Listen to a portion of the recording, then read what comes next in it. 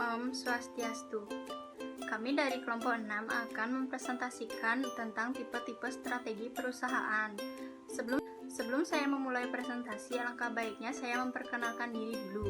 Nama saya Niputo Ayu Pratnyandiah Nirmala, NPM 1933121164. Di sini saya akan menjelaskan tentang tipe strategi integrasi. Strategi integrasi adalah strategi yang menyatukan beberapa rentang bisnis mulai dari hulu, jaringan pemasok hingga hilir, jaringan distributor, serta secara horizontal ke arah pesaing. Adapun pembagian dari tipe strategi integrasi, yaitu yang pertama, integrasi ke depan. Integrasi ke depan melibatkan akuisisi kepemilikan atau peningkatan kontrol atas distributor atau pengecer. Yang kedua yaitu integrasi ke belakang. Integrasi ke belakang adalah strategi untuk mencari kepemilikan atau meningkatkan kontrol atas pemasok perusahaan. Yang ketiga, integrasi horizontal. Integrasi horizontal mengacu pada strategi yang mencari kepemilikan atau meningkatkan kontrol atas pesaing perusahaan. Sekian dari materi saya, akan dilanjutkan oleh teman saya. Perkenalkan, nama saya Niputo Daryanti, NPM 1933121282. Saya akan menjelaskan materi tentang strategi intensif. Strategi intensif merupakan strategi yang membutuhkan upaya intensif. Ini butuh aksi intensif secara terus-menerus, seperti promosi, inovasi produk secara simultan, merekrut tenaga sales forces, menjajaki outlet, retail agar dapat meningkatkan pangsa pasar dan meningkatkan persaingan. Selanjutnya, pembagian dari tipe-tipe strategi intensif. Yang pertama, strategi penetrasi pasar. Strategi ini dijalankan untuk meningkatkan market share dari produk yang ada saat ini pada pasar yang ada saat ini melalui usaha pemasaran yang lebih gencar. Strategi penetrasi pasar paling sering digunakan dan dikombinasikan dengan strategi lain. Yang kedua, strategi pengembangan pasar. Memperkenalkan produk yang ada saat ini pada pasar baru. Strategi pengembangan pasar ke new market ini dijalankan dengan memperluas area geografi baru, menambah segmen baru. Yang terakhir yaitu strategi pengembangan produk. Merupakan strategi yang dijalankan untuk menaikkan penjualan dengan memperbaiki atau modifikasi produk yang ada saat ini. Menjalankan strategi ini berarti melibatkan pengeluaran biaya, penelitian, dan mengembangkan yang besar. Baik, di sini saya akan melanjutkan presentasi dari teman saya. Perkenalkan, nama saya Ika Dek Priyandana, NPM 19331121088. Di sini saya akan menjelaskan tentang strategi diversifikasi. Strategi diversifikasi adalah bagaimana perusahaan melakukan membagi produknya, apakah dengan produk atau usaha yang berhubungan atau sama sekali berbeda. Selanjutnya, pembagian dari tipe-tipe strategi diversifikasi. Yang pertama, diversifikasi konsentrik, yaitu menambahkan produk atau jasa baru tetapi berhubungan. Secara umum disebut diversifikasi konsentrik atau terfokus. Dell Computer menjalankan diversifikasi konsentrik dengan memproduksi dan memasarkan elektronik untuk konsumen seperti televisi layar datar dan MP3 player. Dell juga baru-baru ini membuka toko untuk mengunduh musik secara online. Yang kedua, diversifikasi horizontal, yaitu menambahkan produk atau jasa baru yang tidak berkaitan untuk pelanggan saat ini disebut diversifikasi horizontal. Strategi ini tidak seberisiko diversifikasi konglomerat karena perusahaan seharusnya sudah lebih dikenal dengan pelanggan saat ini. Yang ketiga, diversifikasi konglomerat yaitu menambahkan produk atau jasa baru yang tidak berkaitan disebut diversifikasi konglomerat. General Electric (GE) merupakan perusahaan yang terbaik yang didiversifikasi secara ketat. GE membuat lokomotif, bola lampu, pabrik-pabrik daya, dan kulkas. GE mengelola lebih banyak kartu kredit daripada American Express.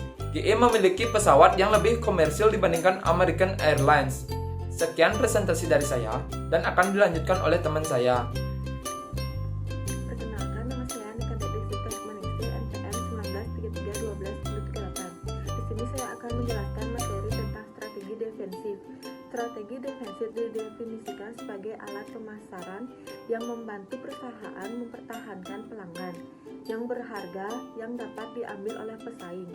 Pesaing dapat didefinisikan sebagai perusahaan lain yang berada dalam kategori pasar yang sama atau menjual produk serupa ke segmen orang yang sama. Dan adapun pembagiannya, yang pertama retrenchment terjadi jika suatu organisasi mengelompokkan ulang melalui pengurangan kas dan biaya untuk membalikkan penjualan dan laba yang menurun. Yang kedua, divestasi, menjual suatu divisi atau bagian dari suatu organisasi disebut divestasi, dapat menjadi bagian dari keseluruhan strategi retrenchment untuk menyingkirkan bisnis perusahaan yang tidak menguntungkan. Yang ketiga, ada likuidasi, menjual seluruh aset perusahaan secara terpisah-pisah atau sepotong-potong untuk nilai real disebut likuidasi. Adapun contoh dari setiap tipe-tipe strategi.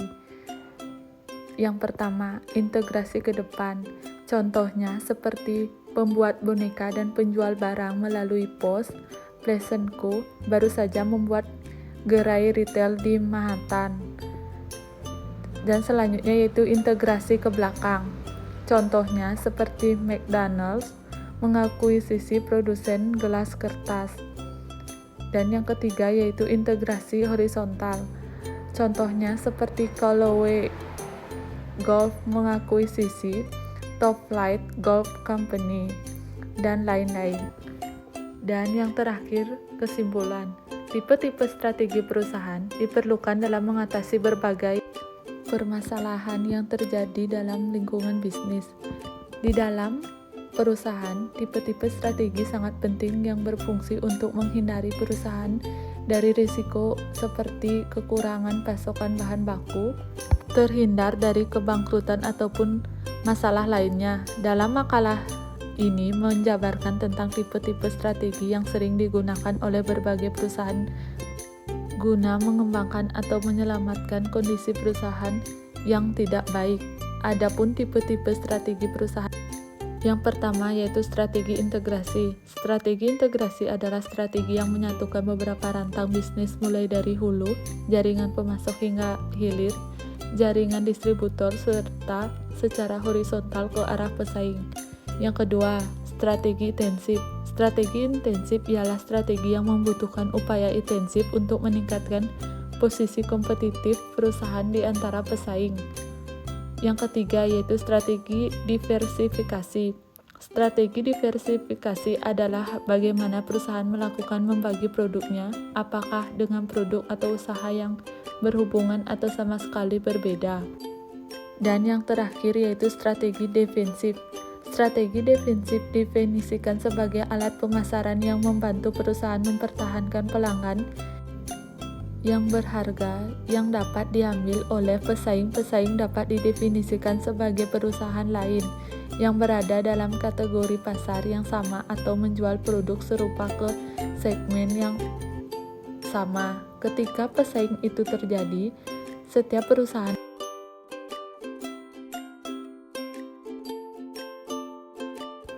dan profitabilitasnya untuk mempertahankan keunggulan kompetitif dan reputasi yang memadai di antara merek lain. Untuk mengurangi risiko kerugian finansial, perusahaan berusaha keras untuk menjauhkan pesaing dari industri. Sekian presentasi dari kelompok kami.